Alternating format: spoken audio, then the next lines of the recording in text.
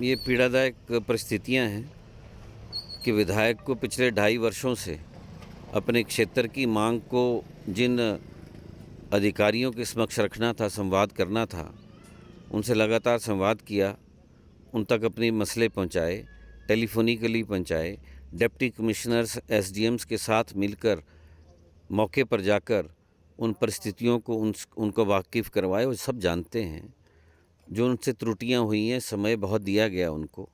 विधानसभा के पटल पे एक बार नहीं बल्कि हर सेशन के अंदर प्रमुखता के साथ इसी मसले को उठाया।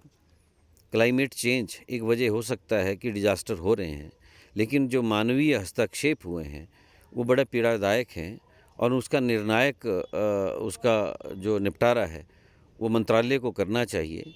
मेरी केंद्रीय मंत्री जिनके हम बड़े आदर करते हैं, पूरे भारतवर्ष में जिनका अपना रसूख है, नाम है, जिनको एक उम्मीद के साथ हम देखते हैं, हम उनसे हस्तक्षेप की मांग कर रहे हैं और इन अधिकारियों को यहाँ से हटाने की मांग कर रहे हैं। जिन अधिकारियों ने इस पूरे प्रोजेक्ट को ख़त्म ही कर दिया है, जिन अधिकारियों ने यहाँ पर कई तरह की अनियमितताएँ कर रही हैं, ये प्रोजेक्ट इन अधिकारियों के होते हुए पूरे नहीं हो पाएंगे।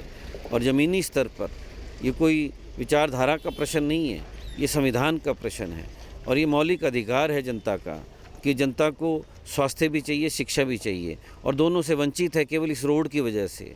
हमारे मरीज अस्पतालों में नहीं पहुंच पा रहे हैं, बच्चे स्कूलों में नहीं पहुंच पा रहे हैं, 5 स्कूल टूट चुके हैं, 2.5 करोड़ रुपए की पानी की स्कीमें मेरी ख़त्म हो चुकी हैं, मेरा पीडब्ल्यूडी का दफ्तर ख़त्म हो चुका है, मेरा बिजली और 33 केवी का जो वो सबस्टेशन है वो ख़त्म हो चुका है, मेरा क्षेत्र के अंदर लगभग 22 पंचायतें सीधे सीधे तौर पे प्रभावित हो रही हैं।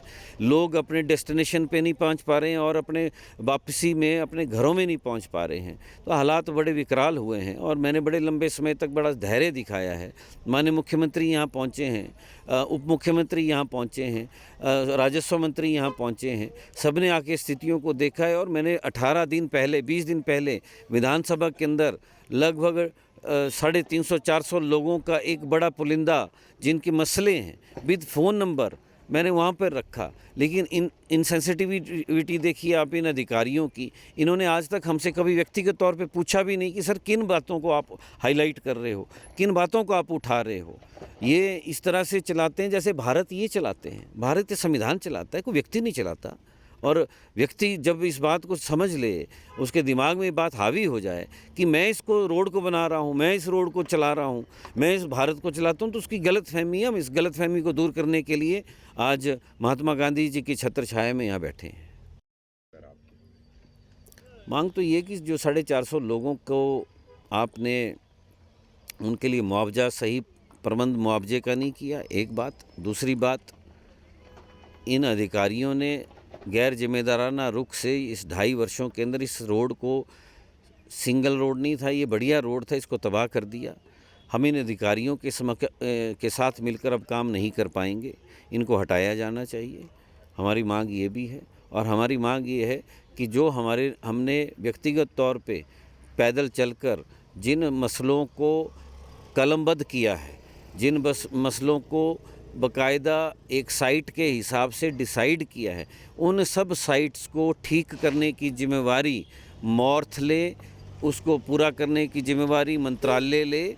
और मंत्रालय हिमाचल प्रदेश और भारत की जनता का प्रतीक है। ये अधिकारियों का मसला नहीं है, ये मसला जो है वो मंत्रालय को निपटाना है, जिस मंत्रालय को संविधान ने हम लोगों की सेवा के लिए स्थापित किया है।